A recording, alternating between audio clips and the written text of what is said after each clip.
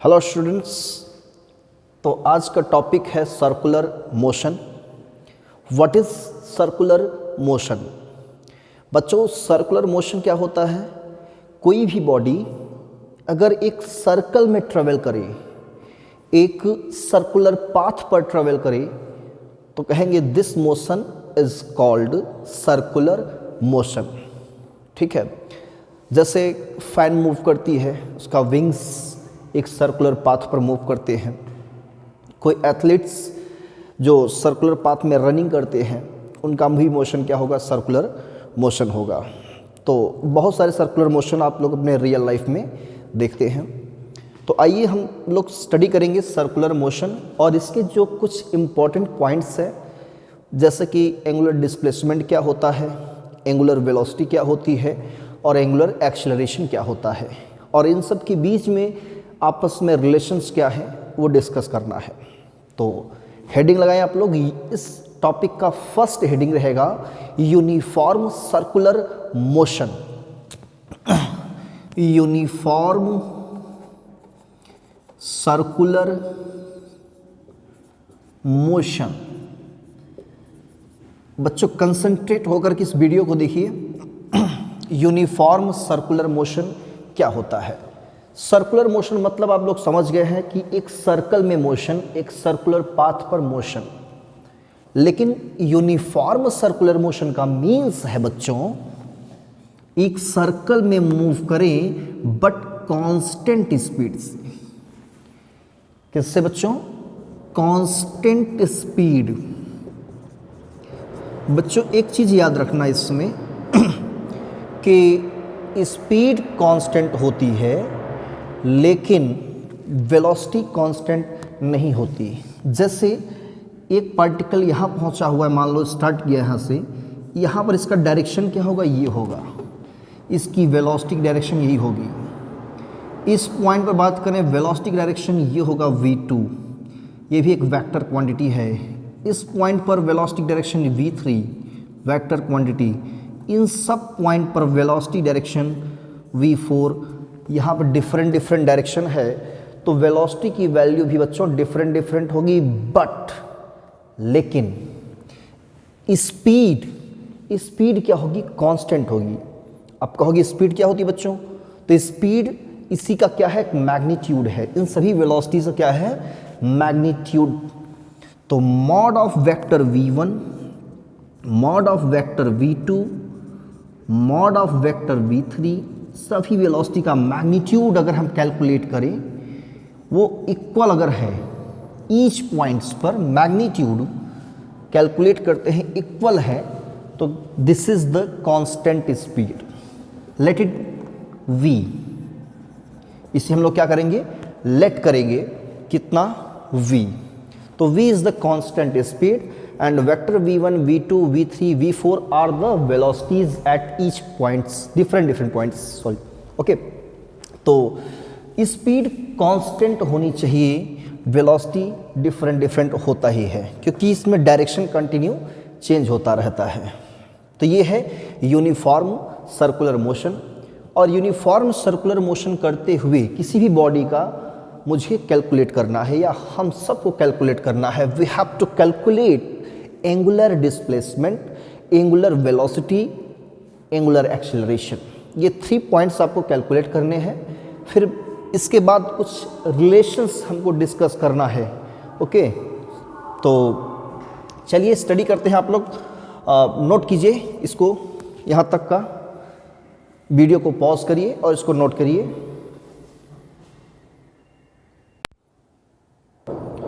तो बच्चों यह है यूनिफॉर्म सर्कुलर मोशन। अब हम लोग पढ़ेंगे एंगुलर डिस्प्लेसमेंट के बारे में। तो हेडिंग लगाएं बच्चों, एंगुलर डिस्प्लेसमेंट। Angular displacement. तो एंगुलर डिस्प्लेसमेंट बच्चों क्या होता है? एक एंगल है। क्या है बच्चों? एक angle. Suppose that this is the circular path and its radius is small r. This is the center of path, circular path, and ये है आपका radius. This is the radius r.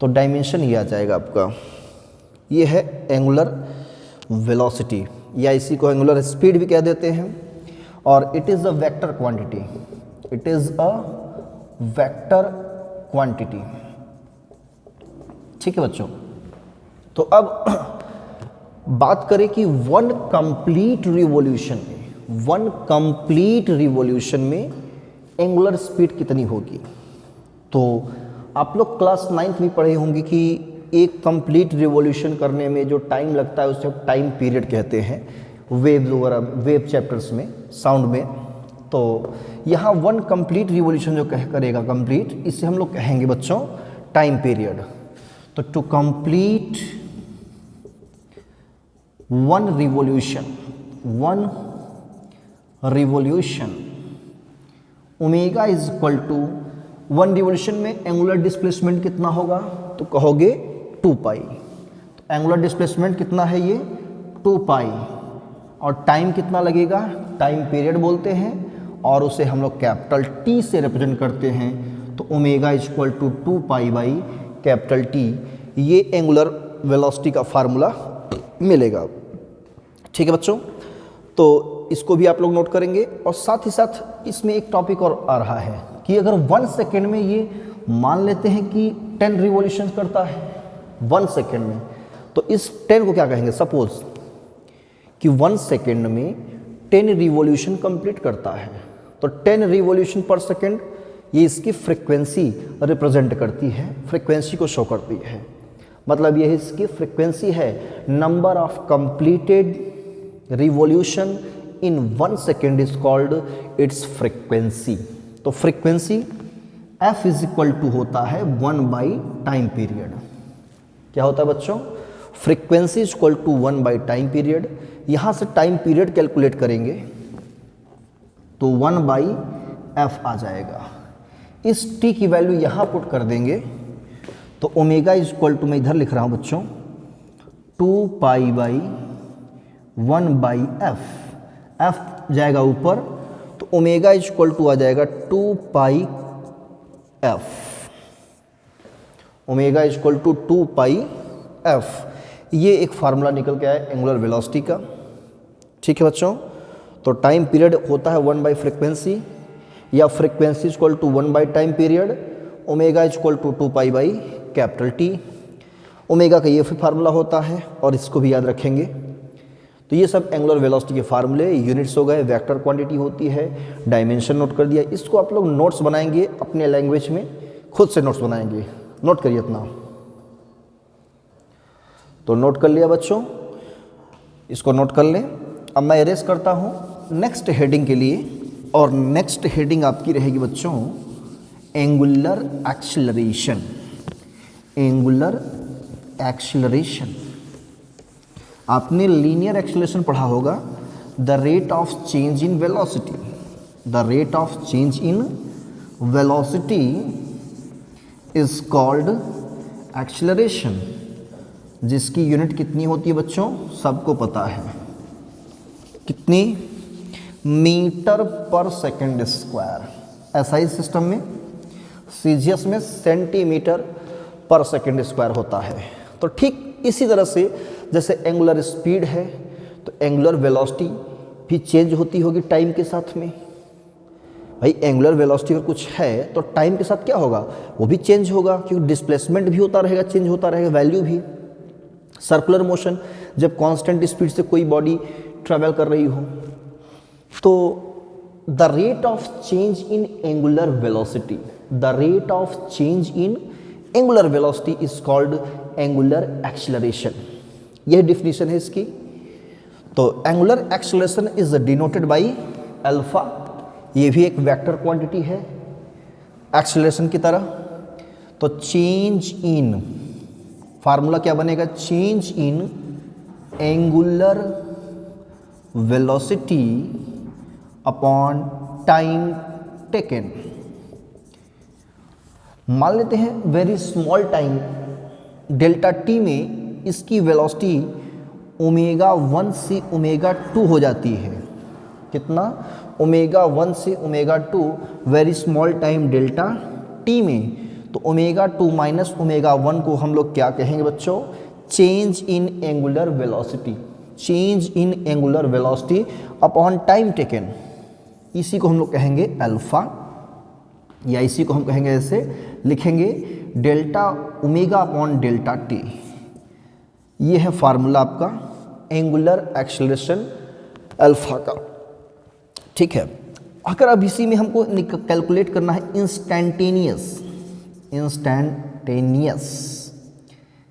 Angular acceleration alpha equal to, तो इसी का हम क्या करेंगे, एक तरह से आपका एवरेज एंगुलर एक्सेलरेशन है, ओमेगा 1 से ओमेगा 2 हो रहा है, तो इसी का लिमिट लेंगे, limit delta omega upon delta t as delta t is tending to 0, ये अल्फा हो जाएगा आपका। अब इसी पॉइंट्स को या इसी टर्म को हम डिफरेंशिएशन टर्म्स में लिख सकते हैं, alpha is equal to d d t of omega. ये इसका फार्मूला बन गया एंगुलर एक्सेलरेशन का। इसकी एसआई यूनिट क्या बनेगी? तो एसआई यूनिट ऑफ अल्फा, इसका होगा रेडियन पर सेकेंड अपॉन सेकेंड, तो रेडियन पर सेकेंड स्क्वायर, ये इसकी एसआई यूनिट हो गई। डायमेंशन भी अगर आप लोग लिखना चाहेंगे तो डायमेंशन भी लिख सकते हैं बच्चों। डायमेंशन क्या होगा? टी पावर माइनस 2, ये इसका डायमेंशन हो जाएगा। तो यहाँ तक बच्चों नोट करें पॉज करके वीडियो को। तो बच्चों नोट कर लिया आप लोगों ने, तो अब इसको मैं इरेज करता हूँ। अब आप लोग हेडिंग डालेंगे relation between linear velocity and angular velocity, relation between linear velocity and angular velocity. Okay, तो इट मीन्स होता है कि v और ओमेगा में क्या रिलेशनशिप बनेगा। तो इस छोटा सा फार्मूला भी मैंने जस्ट आपको पढ़ाया कि angular displacement delta theta is equal to होता है delta s upon r. Delta s यहाँ पे आर्क हुआ करता है, तो आर्क क्या है? ये एक लीनियर डिस्प्लेसमेंट है और इसको डिस्प्लेसमेंट होने में कुछ टाइम लगा होगा, suppose that delta t time, तो डेल्टा टी से डिवाइड कर देते हैं, तो डिवाइडिंग बाई डेल्टा टी, तो delta theta upon delta t is equal to delta s upon r delta t. ये क्या है? Delta theta upon delta t, the rate of angular displacement, और इसको मैंने पढ़ाया है आप लोग को भी जस्ट, ये ओमेगा का फार्मूला होता है, एंगुलर वेलोसिटी होती है। तो ओमेगा हो जाएगा ये ओमेगा, इसमें 1/r लिखूंगा इससे, और delta s upon delta t ये हमको मिल जाता है। इसे कहेंगे the rate of linear displacement, और ये लीनियर वेलोसिटी का रोल प्ले करेगा। किसका रोल? लीनियर वेलोसिटी का। तो यहाँ मैं कह सकता हूँ omega is equal to 1/r into v, cross multiply करेंगे बच्चों, तो v is equal to r into omega. यही रिलेशन मिलता है linear velocity and angular velocity में।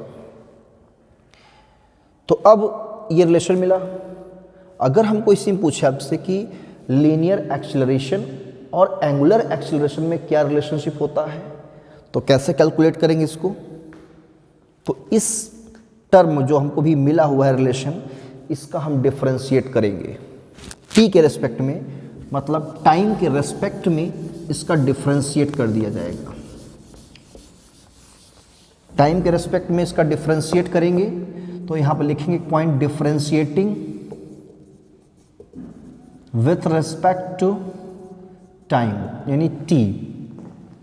तो d d t of v, d d t of r omega, the rate of change in velocity, ये linear acceleration हो जाएगा बच्चों, small a, r को बाहर करेंगे तो d d t of omega. इस टर्म को हम लोग क्या लिखेंगे बच्चों? इसको कहेंगे एंगुलर एक्सेलरेशन अल्फा। तो a is equal to r into alpha, ये है रिलेशन लीनियर एक्सेलरेशन और एंगुलर एक्सेलरेशन में, इसको आप लोग याद रखिएगा। न्यूमेरिकल में आप लोग को ये हेल्प करेगा, इनके बीच रिलेशनशिप मिला हमको और ये क्वेश्चन में आपको यूज़ करना है। तो आज के टॉपिक में सिर्फ इतना ही, सर्कुलर मोशन में नेक्स्ट टॉपिक नेक्स्ट क्लास में। Thank you.